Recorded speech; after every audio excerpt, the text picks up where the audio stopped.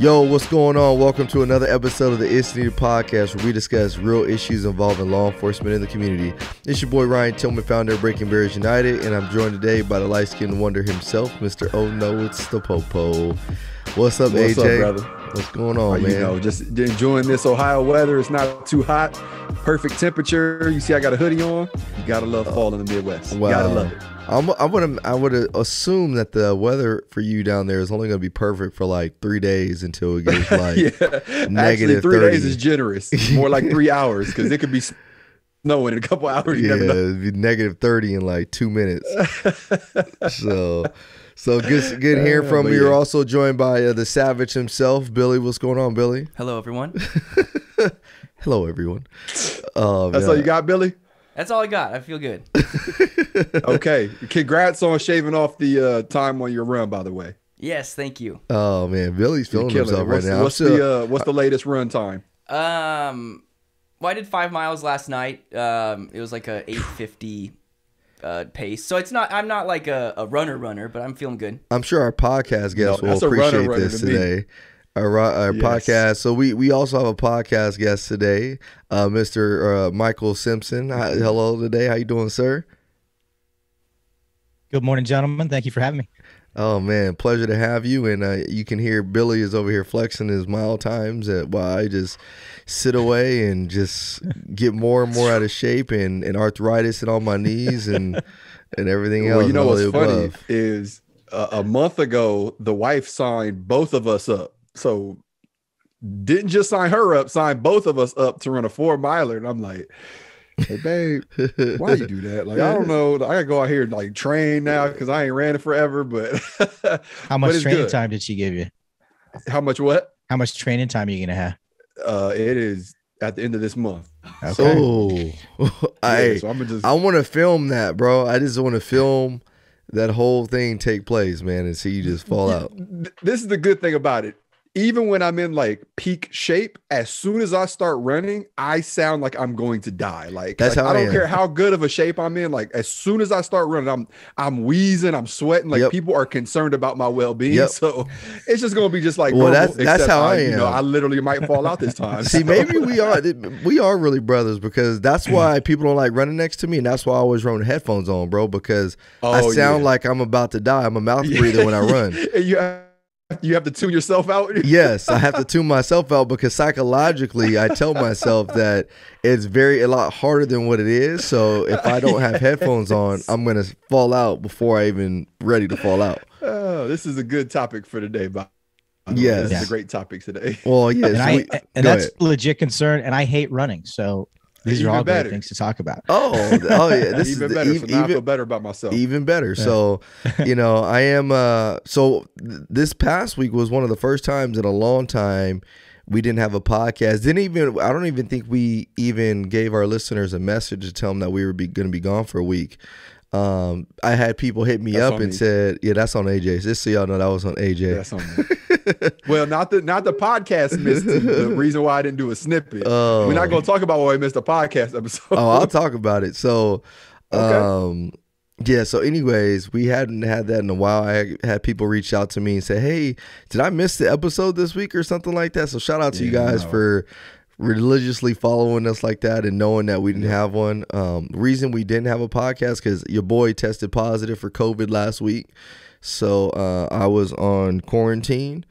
And but I'm good now. I am solid now and doing a lot better. And just so you guys, really quick funny story how I found out that I had COVID, because luckily I was blessed that the only really major symptoms I had were there was one day where I had a headache, but I thought it was a caffeine headache because I hadn't had any caffeine in like 2 days.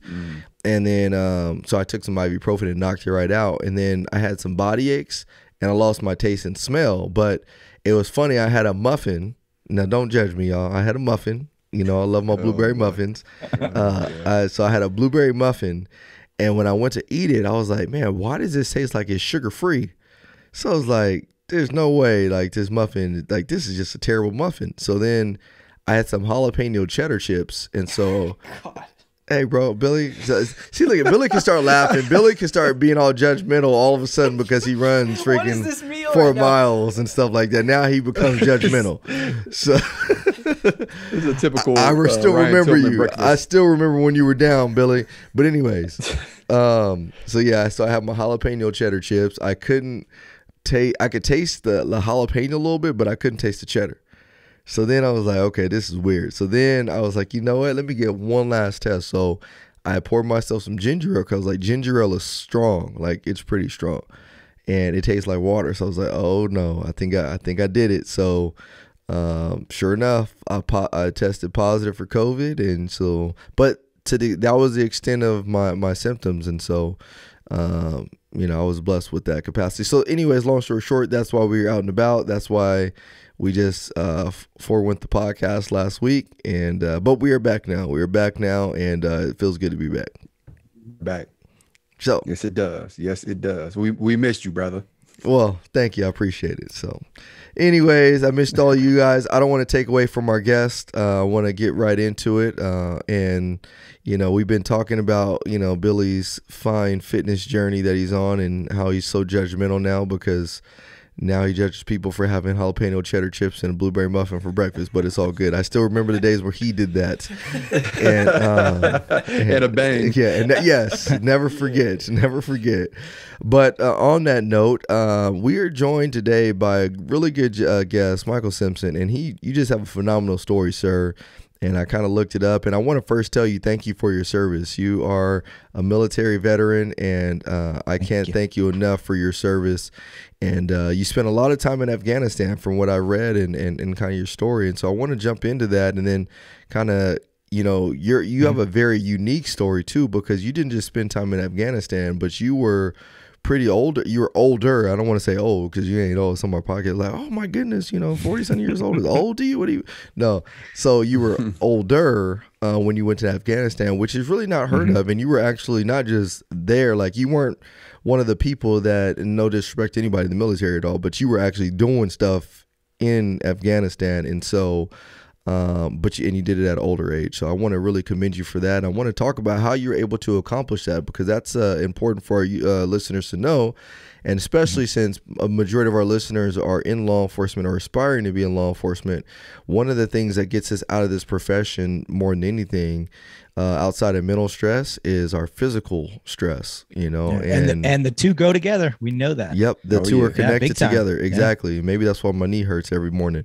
But anyways, so I want to talk about that. So maybe we can extend the life of our law enforcement officers, because the days of an officer doing a 30-year career and retiring are slowly starting to diminish. That is a very rare event nowadays, sadly, in law enforcement, where you see a police officer make it full 30 and be able to retire with his health and wellness together. So hopefully this podcast gives you some tips and hints to that, so that way you can help get yourself to that 30-year retirement and still be intact. So with that being said, I'll leave it over to you, Mike.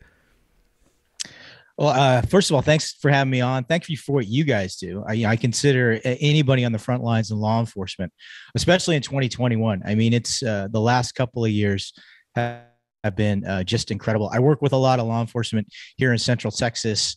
I'm the SWAT physician for Central Texas Regional SWAT and for one of the DPS SOG SRTs as well. And just hearing the stories about how much more difficult, and I mean, anybody who's watching the news knows what you guys and the ladies too have been up against for the last couple of years. But it's weird that you bring up that not a lot of police officers are doing that 30-year career anymore, because what we saw in the military during the global war on terror was kind of just the opposite. It used to be guys were looking literally to the day of that 20-year mark, and it's like, I'm going to hit my 20, I'm going to get my retirement. There's nothing going on, here. The higher up that I go, the more bureaucracy I have to deal with. So I'm just going to get out. I'm going to transition to a civilian job, but I'll have all my military benefits. There was a lot of talk in the 90s of, hey, we need to restructure this. So if somebody wants to get out at 15 years or even 10 years, they get at least something, because, we're getting good training, we're getting good skills, but there's not a war going on. There's nothing that really requires us, and it turns into almost like a waiting game. It's kind of hard to explain to your listeners who maybe have never been in the military or something like that. But imagine, I know the majority of your listeners are law enforcement. Imagine if you the military in the 90s was like, imagine spending 15 years on dispatch when that's not what you trained for. Right. Wow. It's like, I want to be out there doing the job. It's not like that. It's not that I'm hungry to be in war. Nobody is, but that's what you train for. That's what you trained for, and you signed up for a job. But when in the global war on terror hit, guys who were eyeing that retirement in 2002 tore up their retirement papers and said, "Hey, it's now I'm needed. Now I'm doing that job. So I'm going to be around longer." Wow. So I was definitely an outlier, like you said, in deploying it at 48, especially on the missions that I did with the Rangers, because that's a much younger group of guys. But in the special operations community, especially, there were a lot of guys going to 30 and doing it longer. And a lot of them, we all kind of figured it out separately. I didn't find out until later, and talking to some sergeants major and some senior officers that were still staying in it, that we'd all kind of figured out similar things separately, but we had to piece it together on our own. And I would imagine officers kind of officers in law enforcement face similar challenges in that when you're young, you don't know what you don't know, especially when it comes to your body, right? So maybe you go to the police academy at a young age and it's physically challenging, but you gut through it. Yeah. Your form and everything might be terrible. Your diet might be terrible. Your sleep patterns might be just absolutely awful. In fact, they probably are, but your young, forgiving body lets you get away with it, right? So you can still, that's the time period where it's like, the story of my life. I can go to, I can go to a big party the night before and eat terrible food and drink some. And, I got an early physical eval in the morning. I'm going to get up and I'm going to sweat that tequila out and just run as fast as I can. And you can get away with that. Well, that's not the case. After you hit the 4.0, I mean, and obviously a date on a calendar. I beg to differ. I think it's after you hit like the 3.0, or actually, maybe it's just for me. Yeah, maybe it's just for me because I played college football for. I played college football, but I played football for like 16 to 17 years of my life. So I feel like my life expectancy got cut down a little bit, or at least the feel good part of it. But I'm 34 years old, and seriously, man, like my knees hurt all the time. Like my left knee has been hurting for the last 3 or 4 months. I have no idea why. No clue. And so you're right, man. You take advantage, you don't know how good you got it when you're younger, because you can just do whatever the heck you want to do and bounce right back. Now I don't bounce back like I used to, and I hate saying that because it makes me sound like I'm freaking old. No. But I'll tell you what you did, Ryan. You did what we all did: is you concentrated on performance optimization. Right? When you were playing ball, it was all about, I'm gonna push my body through the week because I need to peak on Friday or Saturday, right? Yeah. I need to peak on game day. And it was the same in the off season. It's like, you'd finish the season and it's like, okay, I'm going to relax for a little bit. But as you start to get into training camp and everything else, you start ramping up, right? Because that's what we're always doing when it comes to athletics. And we do it in the military too. We do these ramp ups. Hey guys, we're deploying on this date. So we're gonna increase the intensity of our physical training. We're gonna increase the intensity of our tactical and technical training. We want to be, when we get into theater, we want to be at peak levels, right? So we are looking at performance optimization. And the problem with performance optimization as a team sport, which football is, and really the military is too, is the people that are making that plan. So the people up here, they're looking at you as one big organism, and everybody's just a part in it. So if somebody falls out, that's like a faulty part that needs to get replaced. And it sounds awful, but it really is true, right? And it kind of has to be. But we do it as individuals too. The phrase that I use in my book is, I sacrificed myself at the altar of performance optimization. At the altar of mission readiness. I knew. Like your knee, right?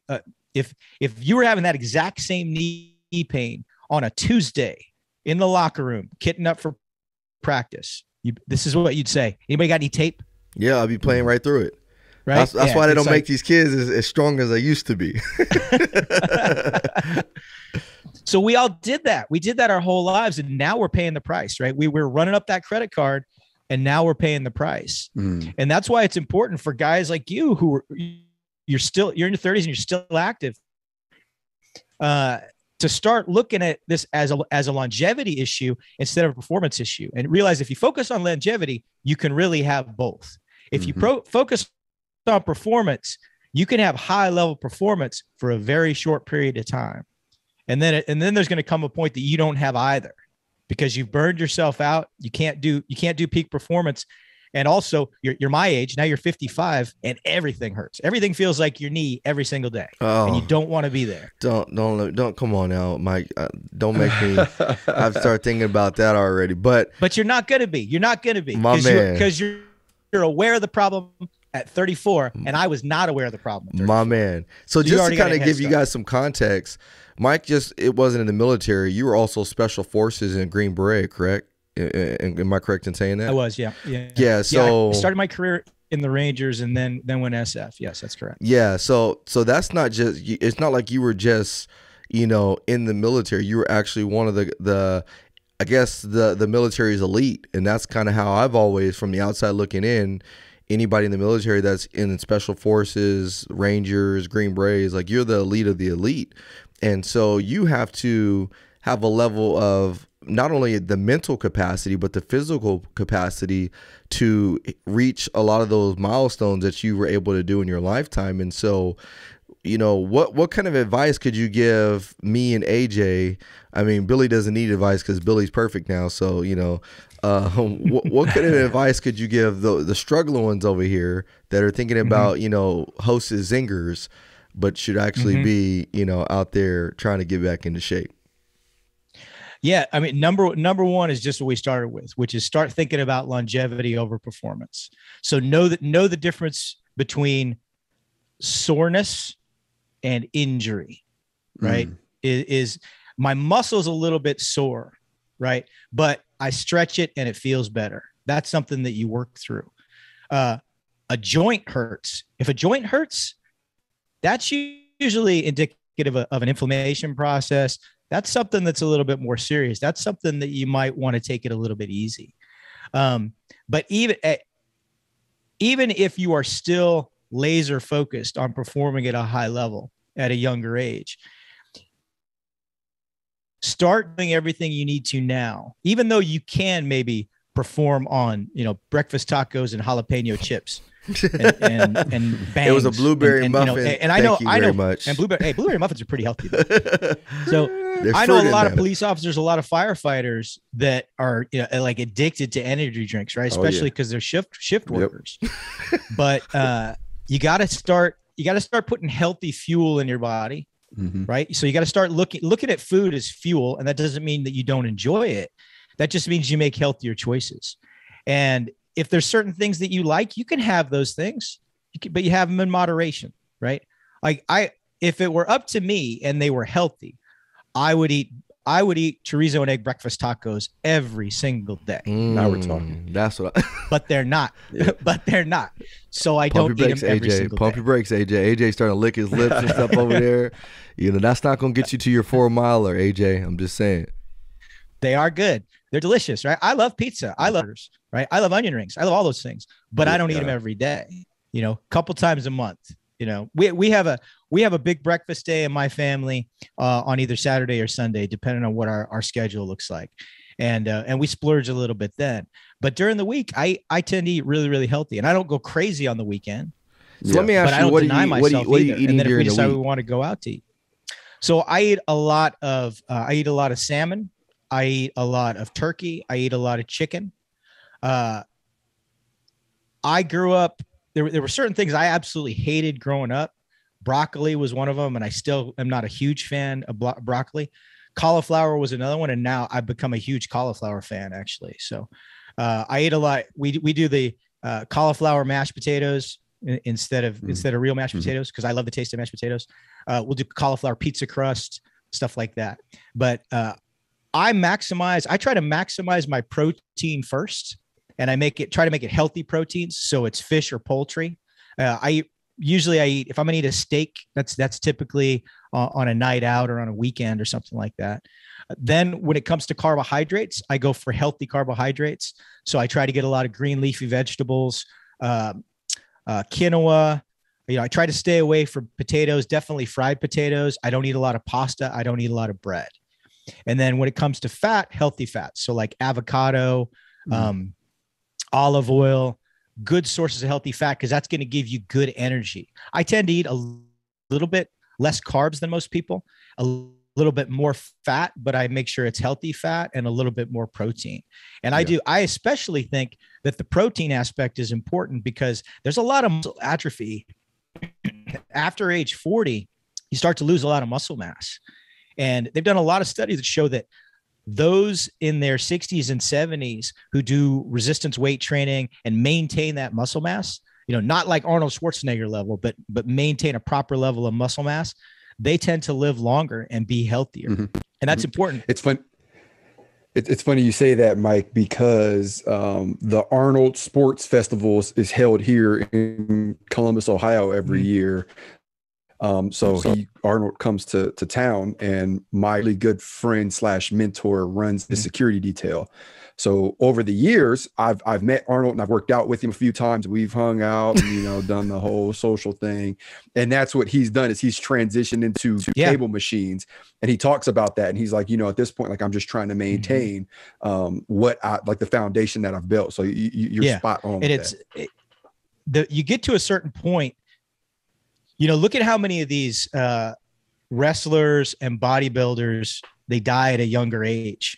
And it always comes down to heart failure, right? And there's a lot of speculation on, were there recreational drugs contributing to it? Were there performance enhancing drugs contributing to it? But the fact of the matter is, if your body and the weight of your body is what's getting carried in the bed of your truck, the engine doesn't know, am I carrying bricks or am I carrying feathers? All it knows is I'm carrying a lot of weight. So it doesn't know if it's muscle. It doesn't know if it's fat. It just knows that your heart is having to work extra hard to circulate through this whole body. Your joints are still getting the same punishment. You have a little bit more stabilization if it's muscle as opposed to fat, but your joints are still, the compression in your spine, the compression in your knees, in your hips, that's all still going on.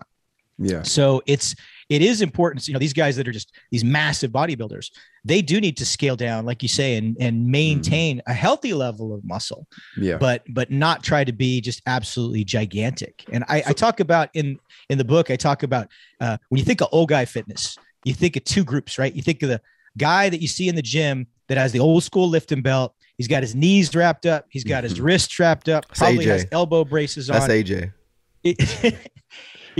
He looks like a guy in a strongman competition, right? He's got a little bit of a gut. He's still getting PRs and squats and deadlift and overhead press and everything else.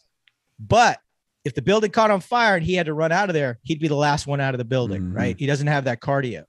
And then his next door neighbor is the guy who runs 5 to 8 miles every day and then runs a 14 miler on the weekend. He's 2% body fat, right? But if the same building caught on fire and he had to push something out of the way to get through the window, he couldn't do it, right? Because he doesn't have the strength. And for me, it's important as we get older to be a lot more well-rounded in our fitness and, do the strength, do the conditioning, do the endurance, the cardio, have everything very, very balanced, because your body's going to be less forgiving as you age. Mike, you forgot about the person in the third house that's just watching the both of them struggle. That's doing nothing. Yeah.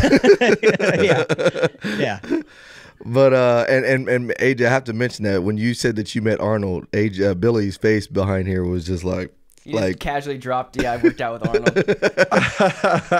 I mean, we ain't hanging out on the weekends or nothing like that, but that has happened. He doesn't text, Mike, how are you text you funny memes. No funny memes. AJ, look at this. There may have been a cigar shared here and there, but other than that, he likes his cigars and he likes his cable machines. That's for sure. All right.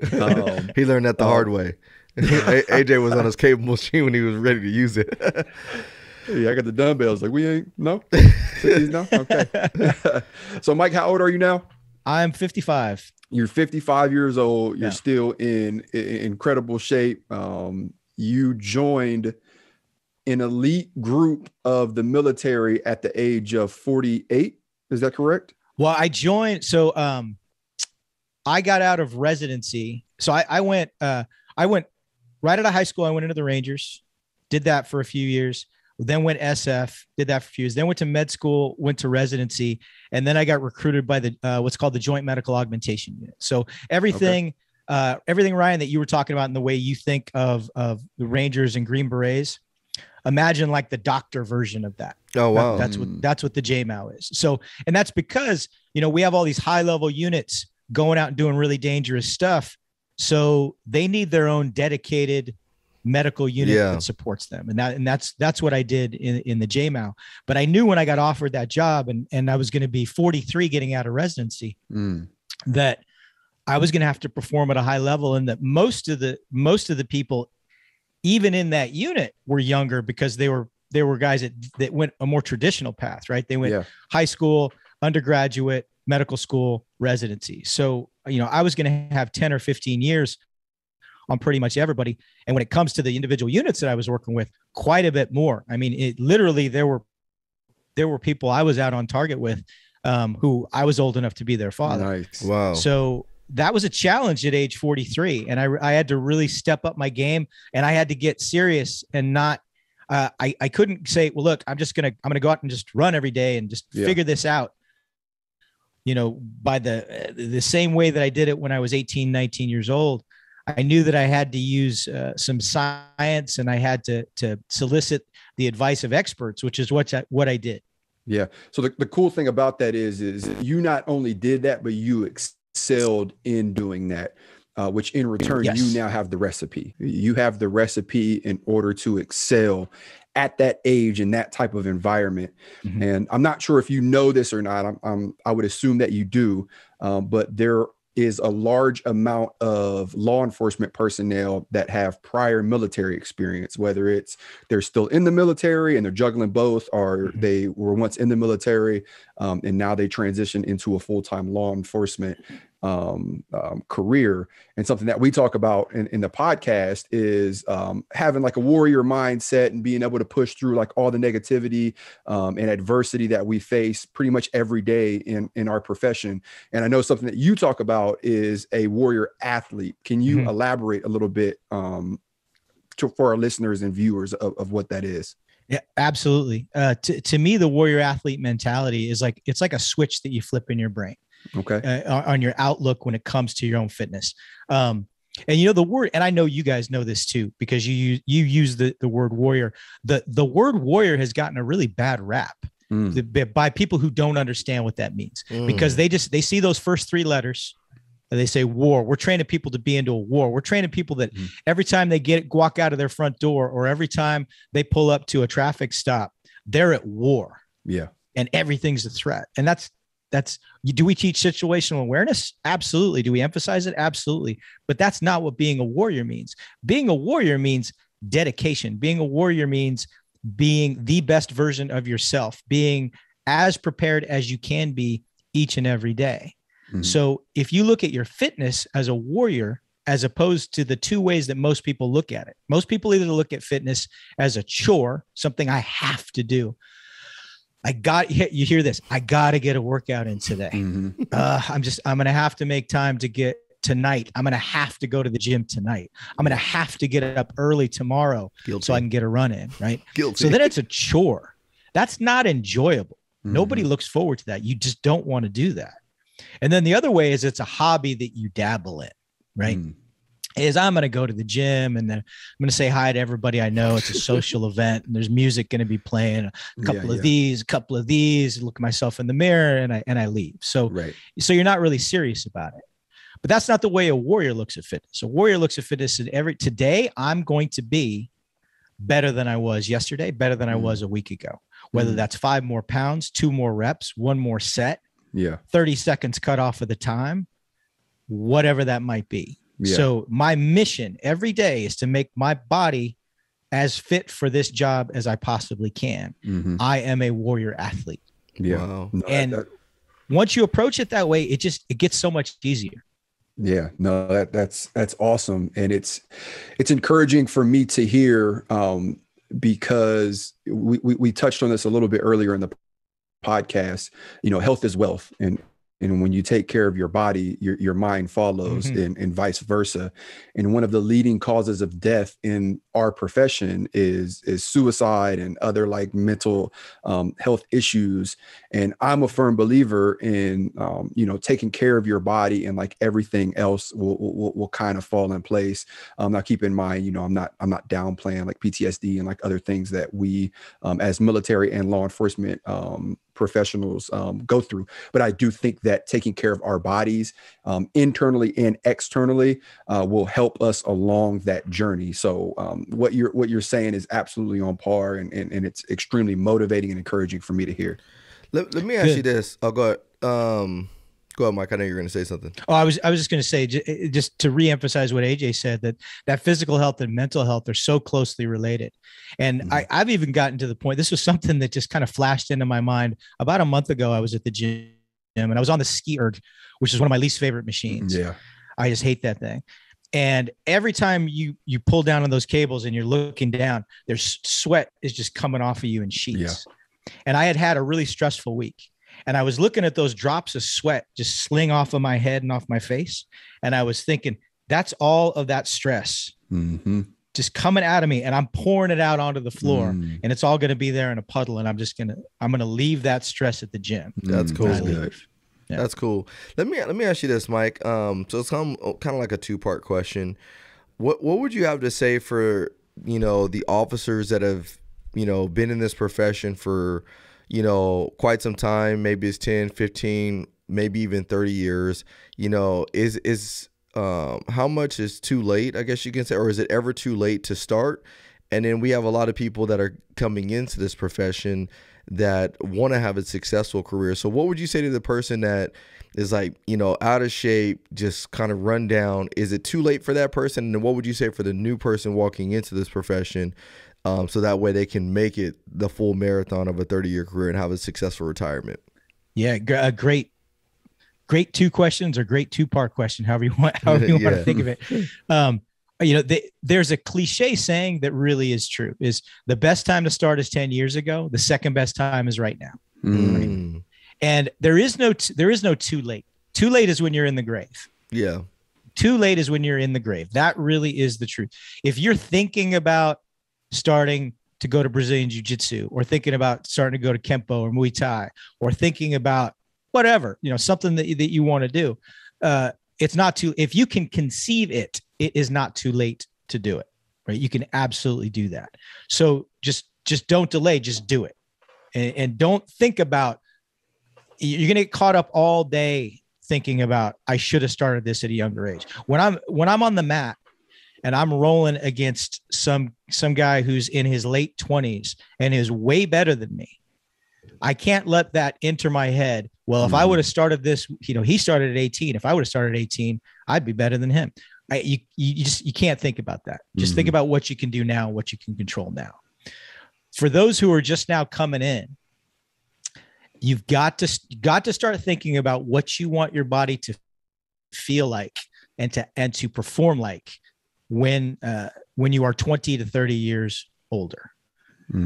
So you need to have an eye on that. So every piece of garbage that you put into your body, every time that you neglect taking care of your body and depend on the toughness and resilience of youth to spring you back, you are charging up interest on a credit card that you will have to pay later. Okay. I like that. So analogy. live a healthy life now, and your life will be 2 to 3 times as healthy. If I would have lived the way that I live now at 55, in my 20s and 30s, I could probably live to be 120.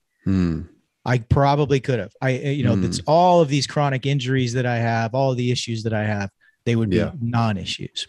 And to both of those groups, I would say, do not get discouraged when you do go in there and maybe you have laid it off for a while. Don't get discouraged when you go in there and you're not back in shape right away. However much time you spent getting out of shape, if you say, I didn't work out for 3 months, then consider it's going to take 3 to 5 months to get back to where you were before. And you just need to accept that. And it's progress over perfection every day. And some days are going to be better than others, and some days are going to be worse. I can't squat the same weight every single day for as many reps and sets. I just can't do it. Yeah. And you need to accept that.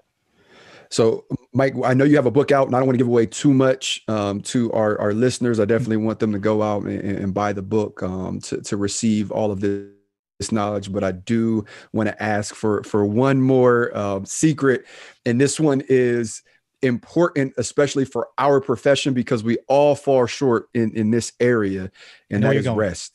Yes, that is rest. There's a lot of overtime. There's a lot of side jobs, special duty, family stuff, whatever the excuse may be. I think a majority of people in our profession fall short in the realm of rest and making sure we get good rest. And I know that you have a secret for that. Can you just touch on that a little bit for us? Yeah. So the secret is just like you in the approach to fitness. That's the important aspect of it. Your approach to rest is the important aspect of it. You need to realize that is where you make your gains. That is where you improve, excuse me, is actually during your rest time. So you need to prioritize how you rest. And rest doesn't mean I worked out 3 days, so now I get a day that I do nothing but sit on the couch and eat cheese dip and play video games.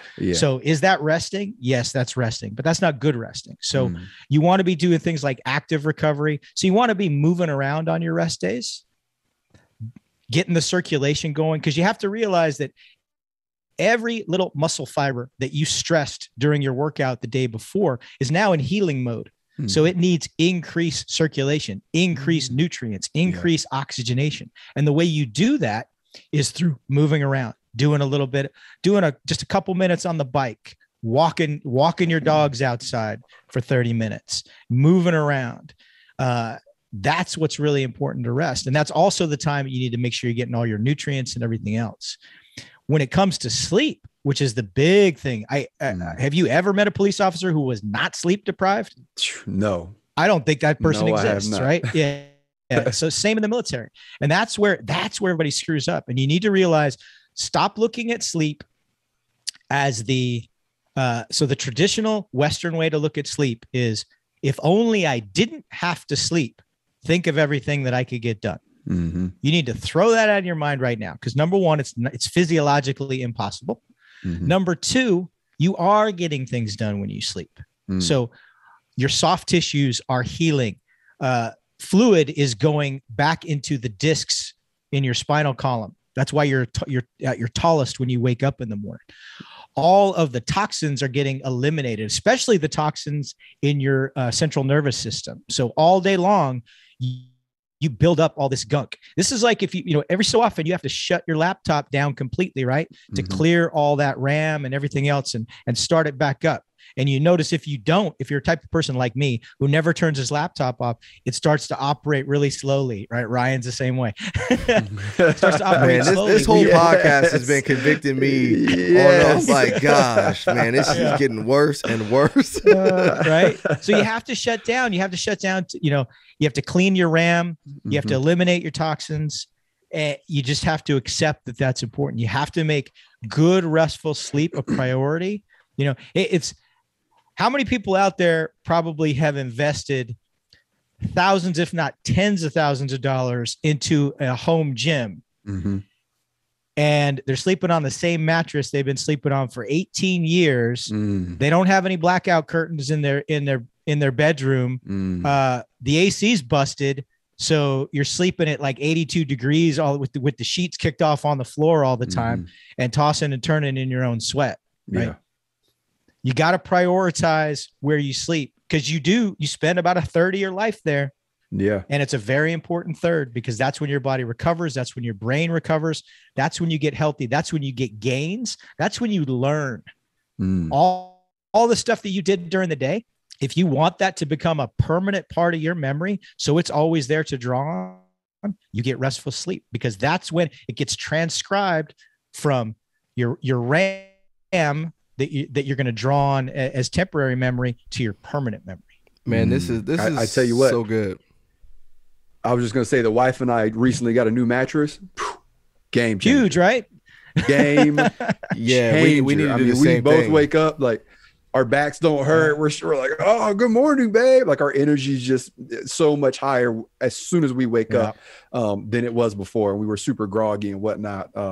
So yeah, once again, you hit the nail right on the head. Go ahead, Ryan. Man, I'm gonna go home today and buy a new mattress. I've had my mattress for about like I want to say almost 7 years. Don't say it. Okay, bro, that's not horrible. I thought you was gonna say something crazy. No, like 7 years, but my back has been killing me again. That's something else that's been hurting. But man, this has been good. If you're listening to this podcast, I hope you guys are taking notes. I mean, I know I've been taking mental notes. I'm feeling convicted like ever right now, just because everything that Mike said don't do, I do.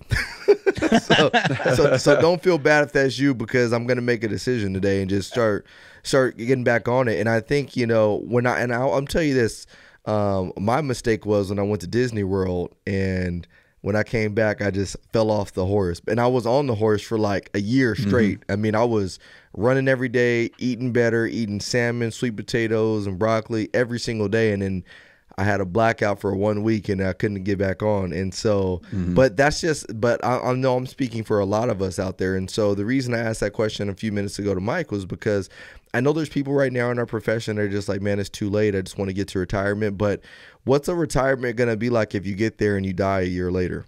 You know what I mean? What's that look like? And we see it happen far too often for that person that you can't enjoy retirement the way you wanted to enjoy it. So start now. And then for the new officer, I know how you feel right now. I know you're on cloud nine because I've been there before. I remember getting into this profession and I was in tip-top shape, man. I was pretty much fresh from playing college football. I mean, I can look at, I could think about having a six pack, and I had one. Like it was just nice. You know what I mean? Youthful. Yeah, just youthful. I can go, jump off of something and not even feel nothing the next day when I wake up. But over time, that slowly will start to dissipate, and you really got to be more proactive and intentional about, staying in shape and keeping your health. So especially if you're getting into this profession has a tendency to age people a lot faster than it should. And so these are all things that you should be keeping in mind. So this is great information. I want to just switch gears for 1 second, and then we're going to get ready to wrap it up. I want to ask you, what is your current take on the state of affairs our country has been going through with the whole, obviously, the pull out of Afghanistan? That was, and the reason I'm asking you is because, if you're somebody like me who's not in the military, not too familiar with a lot of things in the military, we have a tendency to see things either on Instagram or the news, whatever it is, and then your mind starts to put these things together, what starts to believe are true, but can be completely false or vice versa. So I want to hear, a personal opinion from somebody who's gone to Afghanistan, who's been there, who knows strategy. What's your personal take on everything that's kind of going on in our country? And then you have a whole bunch of new illegal people which is crazy seeing. I don't know if you've seen it, AJ, but there's like, man, turn on the news, bro. Like there's so many illegal people fleeing into Texas right now, which is like, it's crazy, man. It's crazy. So what's your take on that stuff? Yeah, it's been a little bit difficult to watch. Some pretty serious strategic mistakes were made in how this withdrawal occurred, and taking all of the political aspect of it out. Who agreed with who and what the timeline was. The way the agreement existed was, there were certain requirements that had to be met on both sides as we kind of made our way through this stepwise, and really going back as far as February of this year, the Taliban was not upholding their end of the agreement. They were violating that. So that right away kind of should have changed things. And we scaled down to, I believe it was around 2,500 active duty troops in country. We had almost an 18-month period where there were no American casualties. there's a lot of things that went into that. The agreement with the Taliban that they wouldn't directly target Americans was part of that, and some other stuff as well. But I think the big mistakes that were made, the biggest, if I had to point to one, it's that we never should have given up Bagram. Bagram is the ancient city of Bagram. At its, I think when this war started, about maybe 10,000 people lived there in the surrounding area.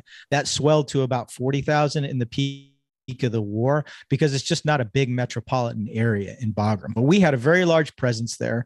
We had 2 major runways, large area that could be used for cantonment, could have been used to vet refugees on the way out. A tent city could have been erected. Probably, maybe wouldn't even have needed that. I mean, after we drew down significantly, we probably could have just used the old barracks that were there. But Bagram was a very key piece of real estate. And so to put it in perspective, imagine the distance between Los Angeles and say Edwards Air Force Base, right? And say we owned Edwards Air Force Base, and we could pull everybody out of Los Angeles. We just needed to either fly them from LAX up to Edwards and then process them there, or put them in trucks and buses and drive them up to Edwards Air Force Base, right? And that's how we could have gotten a lot of people out. But then somebody came along and said, "No, we're gonna close Edwards Air Force Base. We're only going to have one runway running at LAX, and we're just going to do it there." And that's actually pretty similar, because LA's population is right at 4 million and Kabul's population is 4.5 million. Yeah. So, I mean, imagine trying to get everybody, trying to evacuate anybody who wants to get out of LA through LAX with one runway open and one gate to process them through. That's basically what happened. So that's the writing was on the wall that was just going to be a total disaster, and it was. And a lot of non-governmental organizations had to jump in, like Chad Robichaux and my good friend Tim Kennedy going over there with Save Our Allies, the Pineapple Express, which I know pretty much everybody heard about. A lot of people had to go over there and do the hard work to get a lot of those people out. And there's still people over there. And that's an issue for a lot of reasons. We did this to the Montagnards during Vietnam. Now we have done it to our interpreters and enablers. This does not give us a good reputation on the international stage. If we have to go in somewhere anytime in the next 10 to 15 years and get cooperation from somebody, this is what's going to be in their memory. And it's something that needs to be thought about. We've also turned over a lot of equipment that is now in the hands of the Taliban, which most of it, quite frankly, most of it will not get used, not in Afghanistan. It's going to get sold. So it's already making its way to Iran. We've already seen that. It's already making its way to Pakistan, already making its way to China. This is all going to be stuff that they barter for other things that they need. So they're going to be trading MRAPs and Humvees and helicopters for stuff that they need and they want, and they're going to get it. My big concern is that there are military grade drones that got left behind, and those in the wrong hands. And it's funny that you specifically mentioned our porous border to the south and everything we're dealing in Texas right now. So the cartel, I don't care who is sitting in the office of the president in Mexico. The cartel controls Mexico. We all know that. That means the cartel controls every airfield within striking distance of the U.S. border. The cartel is not going to bat an eye if some guys come in there and say, "Hey, we got this drone. We want to fly across the border and do some bad stuff. Are you guys cool with that?" Of course, they're going to be cool with that. So that's an issue. So we live in a time that we do not have good control over our own border, and we have been given high-tech weapons of war to people that legitimately hate us and want to see us wiped off the face of the earth. So I would not be at all surprised. I actually thought we might see something on September 11th. I'm kind of surprised we didn't.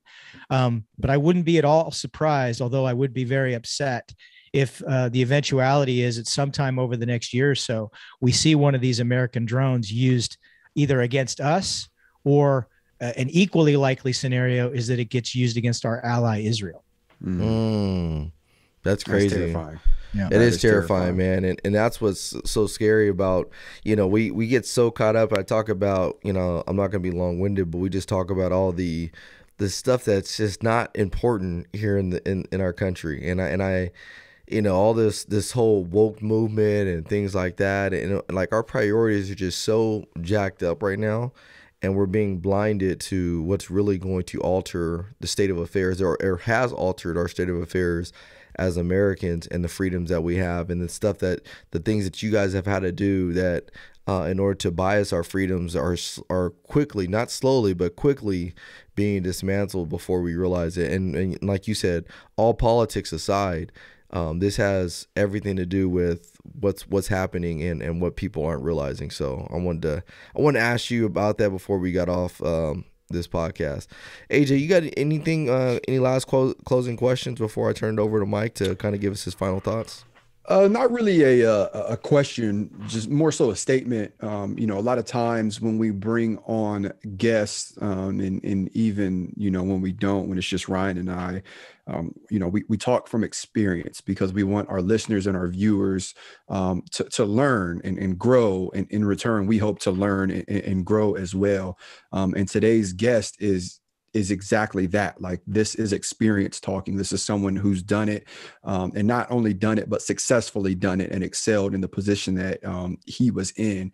And he's trying to give you the recipe for success. So I really just hope that you take everything that you've heard on this podcast, or if you've watched everything that you've watched on this podcast, to heart, because health is wealth. And if we want to grow, and if we want to live a long, loving, happy life, this is what we need to do. We talk about being healthy all of the time. We talk about growing all of the time. This is it. This is exactly it. So I hope you not only listen to what he said, but I hope you go out and that you buy the book, and that you soak in every word that you read as well. Thanks so much, AJ. Billy, you have any closing words or closing questions for our guests? I don't, but we do appreciate you being here, Mike. Thank you. And Mike, I second that, man. And for everybody that's listening, just take what he said and take it as value. This is value you can't put a price tag on. I think the times that I've excelled the most in my life has been the times that I did the things that didn't really require me to go and spend a whole bunch of money. It was just more so a matter of me listening to a person with experience and learning from the mistakes that they made, and also learning from the mistakes that I've made. So I really encourage you and implore you to listen to this episode, but more importantly, buy his book and really invest in yourself. That's what it comes down to.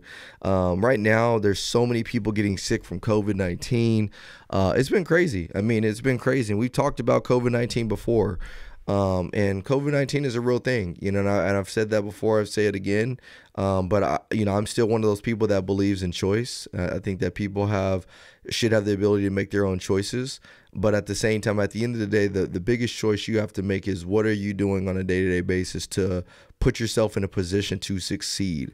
And one of the things that they have come out and said about COVID-19 is that, people that, are in shape and doing pretty good, their odds and chances increase. Now, it doesn't mean that you're out of the woods, because I know some people that have been healthy that have actually, been killed by this disease. But at the same time, majority of the people that are beating it are very fairly healthy. And so one of the things that I wish we got to see in our country is them pushing more healthier lifestyles, them lobbying against some of the fast food that we all eat, that I eat. You know what I mean? Like, those are things that should be a priority, but they're not a priority. But you can ask Mike and whoever else yourself that it's important that we invest in ourselves and our own personal well-being. So make sure you guys do that by buying his book, listening to this podcast, sharing it with your friends, do whatever else you have to do. So with that being said, I'm going to close it over to you, Mike, or I'm going to turn back over to you. Give us your last parting thoughts or gems for our audience, and then we'll wrap it up.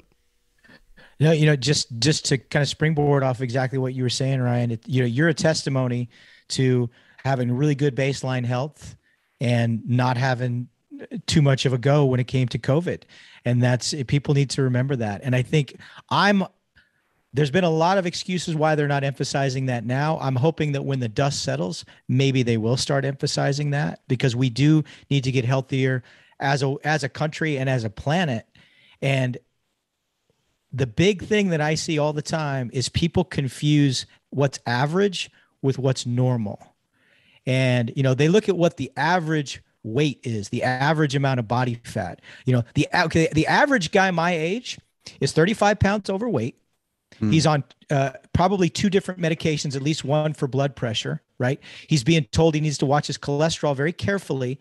You know, and he maybe even already has a cardiologist. That's average, but that's not normal. So don't fall into, and don't compare yourself against, you know, well, I'm doing a little bit better than everybody else in my age group. That's because the average is terrible. So don't be average, be exceptional, right? Because that's not normal. It's not normal to be on those meds. It's not normal to have, you know, borderline diabetes and borderline high blood pressure and borderline cholesterol and be watching everything. Mm-hmm. That's not normal. That's just average. So don't be average. Be healthy, and that's normal. I love it. Man, this was such a good episode. And Mike, man, again, thank you for your service. You're doing service beyond just your service in the military. Your service to now hopefully, you know, save people's lives or allow them to live better lives. And you've encouraged me. And I want you guys to realize that everything he said, I'm not just having Mike on the podcast. And I want you guys to realize that when me and AJ and Billy have guests on our podcast, it's not so we can just have a guest on the podcast. It's so that we can learn. So when Mike comes on here, I'm learning just as much as you guys are that are listening to this. This isn't just for you guys. This is for me as well. You know, I'm married. A lot of you guys know I'm married, and I have 3 beautiful children.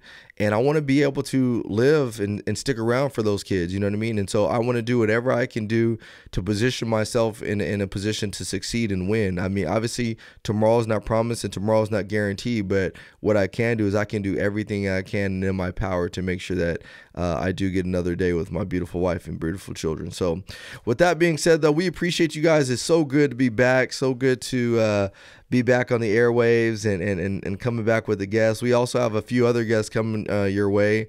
Shout out to all you guys that have been following recently. We had a good guest on a couple weeks ago. Mike, you know, killed it again for us today. And then I've been talking to Officer Tatum. So it sounds like, I don't know if I didn't tell you that, AJ. We didn't get a chance to talk, but we'll probably have Officer Tatum on here in a couple weeks as well. So good people coming on just to continue this good message. So we love you guys. We appreciate you. Make sure you guys stay healthy out there. Stay safe. But more importantly, God bless you, and we'll see y'all next week. Peace.